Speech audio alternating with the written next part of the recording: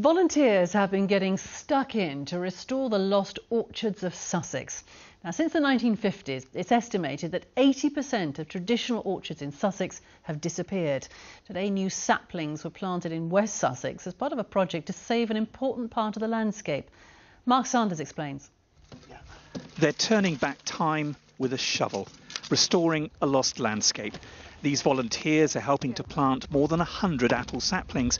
It's to create a new orchard after so many have disappeared here. In the 1950s, there were 2,900 hectares of orchards across Sussex. Now there are just 567 hectares. Many traditional orchards were grubbed out. There were financial incentives to grow other crops. But there's a determination to ensure orchards are reintroduced. I think it's part of the jigsaw puzzle that makes up our English landscape, our Sussex landscape. And for centuries, orchards have been part of people's lives. Orchards have a special place in people's hearts, really.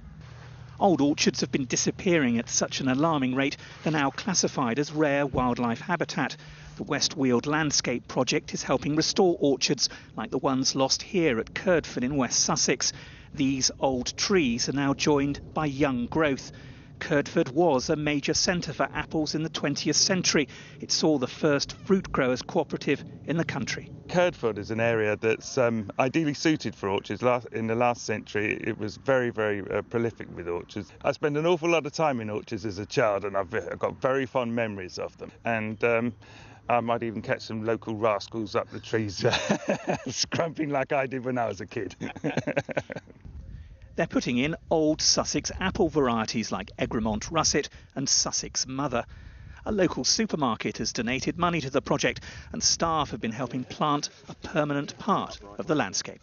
We are linking two woodlands that we can see here together. 10 years' time we can drive down the drive and come and have a look at what we planted 10 years ago. So yeah, it'll be here working in this area longer than I will be. The new orchard will encourage wildlife. It's hoped these tender saplings will have a fruitful life and become a fixture once more in this corner of Sussex. Mark Sanders, BBC South Today, Curdford.